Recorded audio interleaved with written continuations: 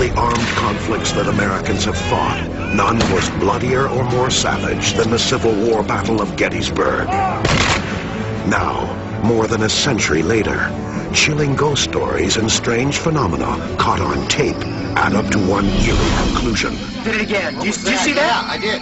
Those who died at Gettysburg may still haunt that battleground. That's too wild. Oh, it got again.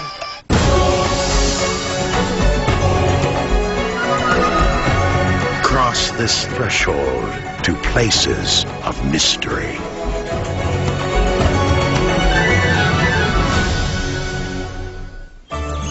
Gettysburg, Pennsylvania. Realistic Civil War reenactments have made this national park a popular tourist destination. But in the first week of July 1863, it was the site of genuine carnage.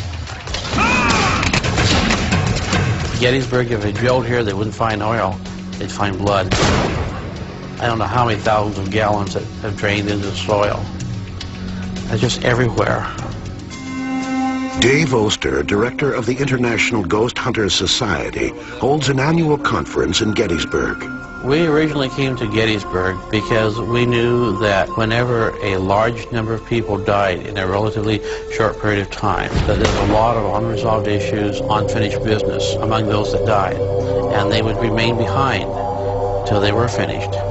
And whenever you have a war, you really notice it. Ghost hunters aren't the only ones interested in the spiritual world of this battlefield. Author and historian Mark Nesbitt has spent the last 25 years living and working here. He is now one of the leading authors on Gettysburg, with over 11 published books. Gettysburg, to me, is a growing thing. It's becoming more and more of kind of a mystical place. Sure, there was a terrible battle that was fought here, the worst on the North American continent. But it's part of our myth, our American myth, in that it virtually destroyed on this continent the biblical scourge of slavery. Victory came at a terrible price. The Battle of Gettysburg took just 3 days to fight, but in those 3 days, nearly 51,000 men and boys ended up missing, wounded, or dead. The horrors of Gettysburg were well documented. Photographs taken in the aftermath of the battle graphically depict images of the dead. Row upon row of bodies lined the fields and streets. Many were buried where they fell. But there are some who feel that the soldiers who died in combat were the lucky ones. Wounded survivors taken to the makeshift field hospitals faced a living hell. Amputation was the order of the day. And then there were those unfortunate souls who with just a single shot became the walking dead. If you were hit in the head by that soft-lead mini-ball, sometimes it didn't kill you. And they had areas on battlefields that they roped off. And these poor fellas who 1 minute were full of patriotism, the next minute just virtually nobodies, wandered around, bumped into the ropes, perhaps still marching as they had just moments before they lost consciousness. Finally until they bled to death, and then they would take them off and bury them. The mix of morbid fascination and historical reverence is a lure too powerful to resist. For Americans, of course, it's almost like a rite of passage. We have, high school classes memorizing the Gettysburg Address and then visiting the site where Lincoln delivered the Gettysburg Address. But with the advent of the ghostly aspect of it, I think people are coming here for a different reason. That ghostly aspect includes frightening apparitions and strange phenomena that defy explanation. Did you see that? Yeah, I did. When I tell people what I do, I'm a ghost hunter, most laugh and say, sure, right. And then a few minutes later, they'll come up to me and tell me a story. Everybody has a story. Stories of Gettysburg's haunted battlefields and buildings are not new. They reach back nearly 150 years. The numerous eyewitness accounts of contact with ghosts of fallen soldiers are too similar in detail and frequency to be dismissed. One paranormal epicenter is Pennsylvania Hall on the Gettysburg College campus. It used to be called Old Dorm. During and after the battle, Old Dorm was used as a field hospital. Here, hundreds, perhaps thousands of men suffered through crude and hasty surgeries. It is said the blood of Confederate and Union soldiers literally flowed through the halls. The Gettysburg College campus is rife with stories and legends of paranormal activity. But the scariest tale of all belongs to Old Dorm. Two administrators were working late one night on the 4th floor, which is where their offices were. It was about 11 o'clock. They were tired, decided it's time to go. Got in the elevator, pushed the button for the 1st floor, which is where the exit was. What happened next was like being dropped through a tear in the fabric of time. As the elevator descended, it passed the 2nd and 1st floors, finally stopping at the basement level. When the doors opened, the two women were horrified by what they saw. The doors opened on a scene out of time and reason. It opened on a hospital, a Civil War hospital. There were men in corners, moaning, groaning, trying to staunch the blood from their wounds, waiting for an operation. The surgeon was already working on someone, and apparently he looked up, recognized the ladies in motion for them to come in and help. The ladies were punching frantically at the buttons, trying to get out of this frozen moment in time. Finally, the doors closed. The women were so shaken, they instinctively rushed to the office of Tim and Lynn, the Director of Safety and Security Operations for Gettysburg College. What they told Officer Lynn smacked of a practical joke. Or did it? They had a look that something was wrong.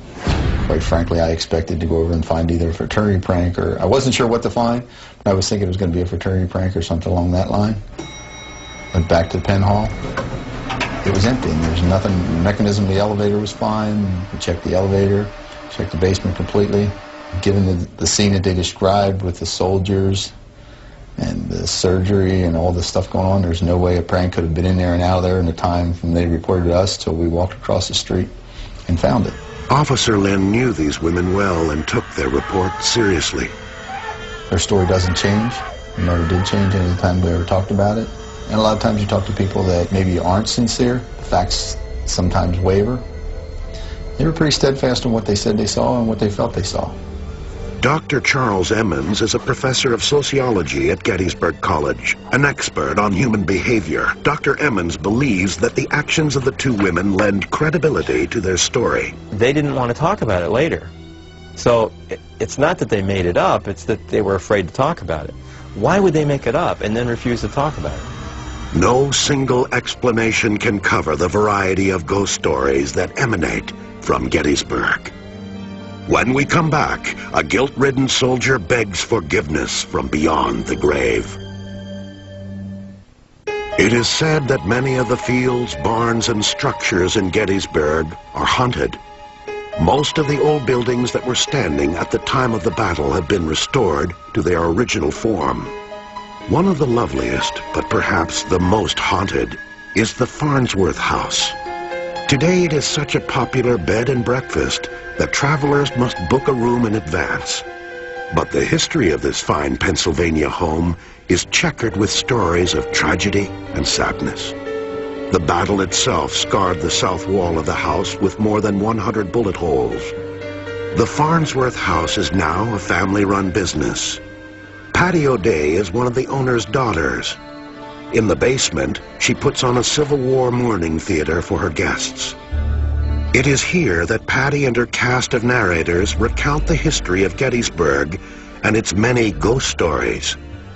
Perhaps one of the saddest chapters in the old home's past revolves around the only civilian casualty of the entire Gettysburg battle. It seems that Mary Virginia Wade, more commonly known as Jenny Wade, was not an intentional target. However, living directly across from the Farnsworth house put her quite literally in the wrong place at the wrong time.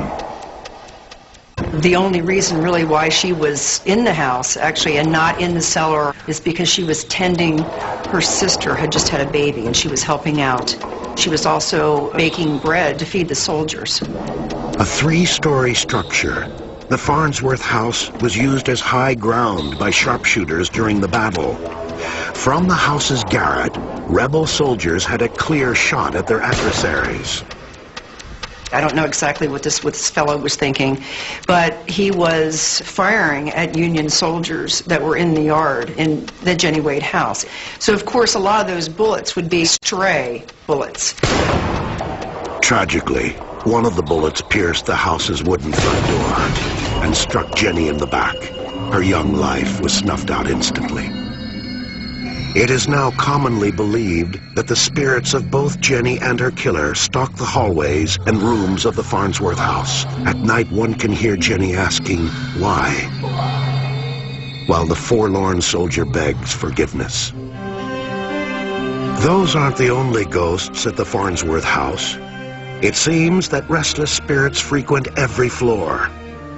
One of Patty's theater narrators experienced a Get ready for the shows, and she was actually seated in a chair, and she just sort of closed her eyes. She opened them, and it was just like the whole room was entirely blank. It was no longer the theater at all. The seats were gone, and she saw 3 soldiers, and one seemed to be in charge, and he was ordering these 2 other Confederate soldiers to pick up this long box that was on the floor, and he wanted them to go up into another level of the house. And the experience for her just lasted a few seconds, you know, and then it just flashed back, and the theater, everything that, you know, that's down in the cellar now reappeared. Although Patty speaks openly about the strange goings-on at the Farnsworth house, she discourages identifying it as haunted. She prefers the term rich with history. But people who go to Gettysburg and stay in this wonderful old bed and breakfast will be duly warned. Sometimes if people are sensitive, we suggest maybe that they stay maybe even someplace else or in a newer section of the house, you know, so they're not really bombarded. Somebody from the Jenny Wade room packed up and left because they had someone in the middle of the night ran their hands down her face while she was, you know, just partially awake, so, and that frightened her. There's just a lot of different stories about the house, and there's a lot of pain here, and there's a lot of things that still remain that, you know, can't be explained. Second-hand accounts of ghosts and other paranormal encounters abound in Gettysburg. But are these just ghost stories and nothing more? In an effort to substantiate proof of paranormal activity, Mark Nesbitt and the International Ghost Hunter Society have spent thousands of hours collecting photographic and audio anomalies to back up their claims. Yet the strongest independent evidence may have been captured by video cameras. There goes one. When we come back, startling images caught on tape. Did you see that? Yeah, I did. This is popping like crazy over here. Right pie. Rich and detailed history of alleged hauntings in Gettysburg make it a natural meeting place for investigators of the paranormal. The International Ghost Hunter Society holds their annual conference here. When the speeches are over, they make it a practice to venture out into the fields and other haunted places. Rick Fisher is the founder of the Pennsylvania Ghost Hunter Society.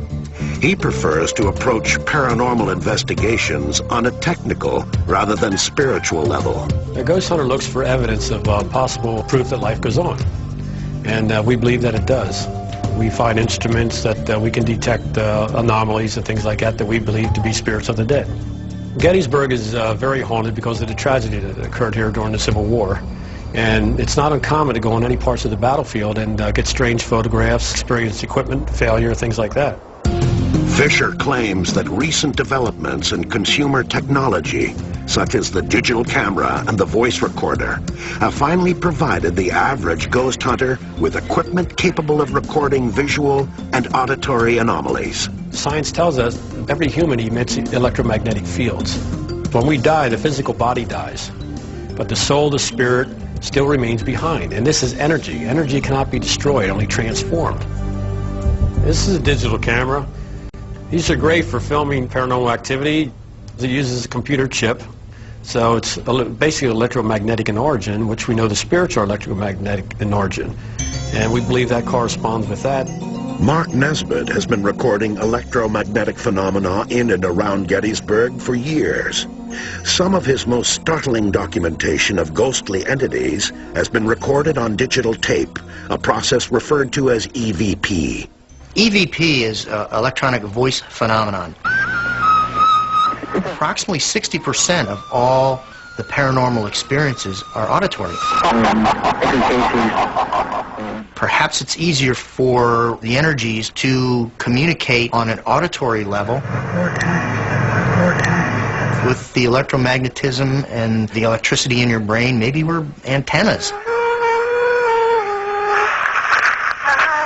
The thing that gives me the so-called willies is the EVP. When you can actually hear someone and hear voices and communicate and hear them answer your questions, to me that's a little scary.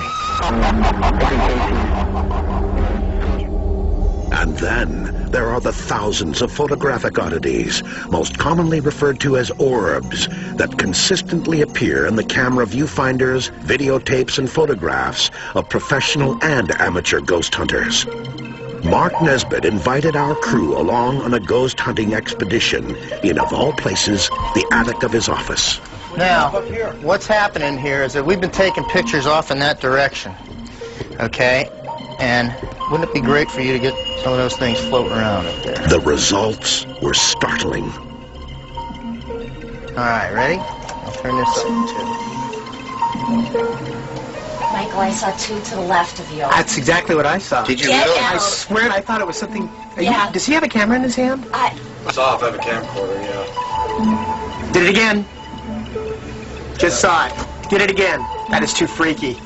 Did it again. Did you see that? Yeah, I did. This is popping like crazy over here. We've slowed down the tape to take a closer look at these flashes. Notice that they could not have been projected from one single location, since the flashes appeared simultaneously in the viewfinders of two separate cameras. That seems to rule out technical problems as a possible source. It's ice cold right here. It's ice cold right here. Oh, there, where again? Yeah, right where you said it was ice cold. Right here. Yep.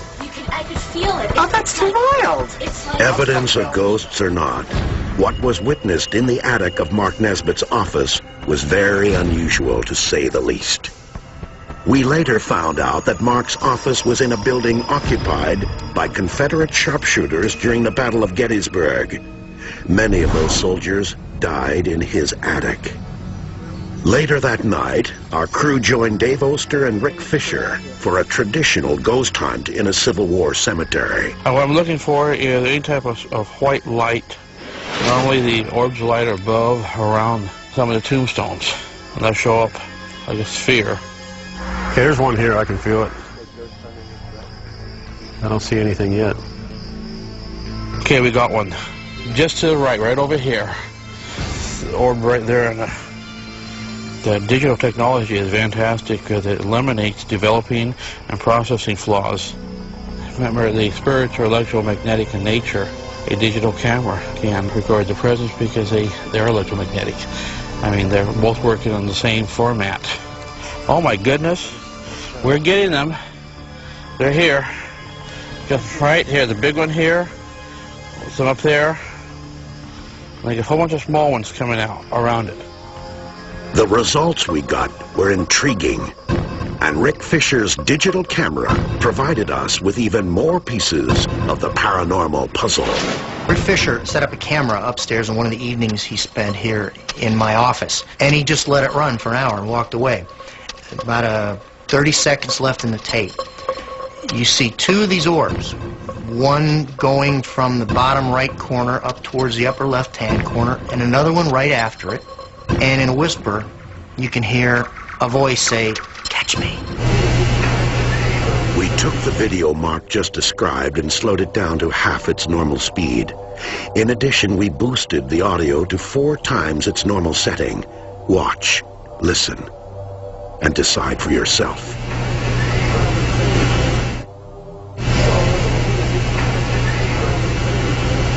That's, to my knowledge, the first time that someone has combined video with EVP. So what are the orbs in these photographs?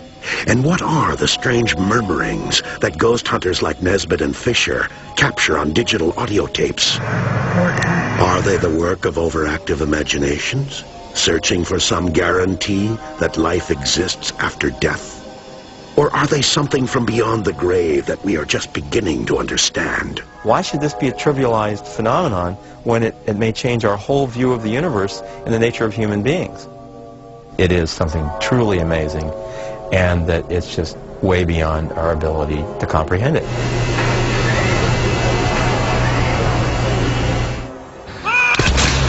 The Battle of Gettysburg proved to be a catalyst for ending slavery in this country. It also spawned one of the most beautiful documents of all time.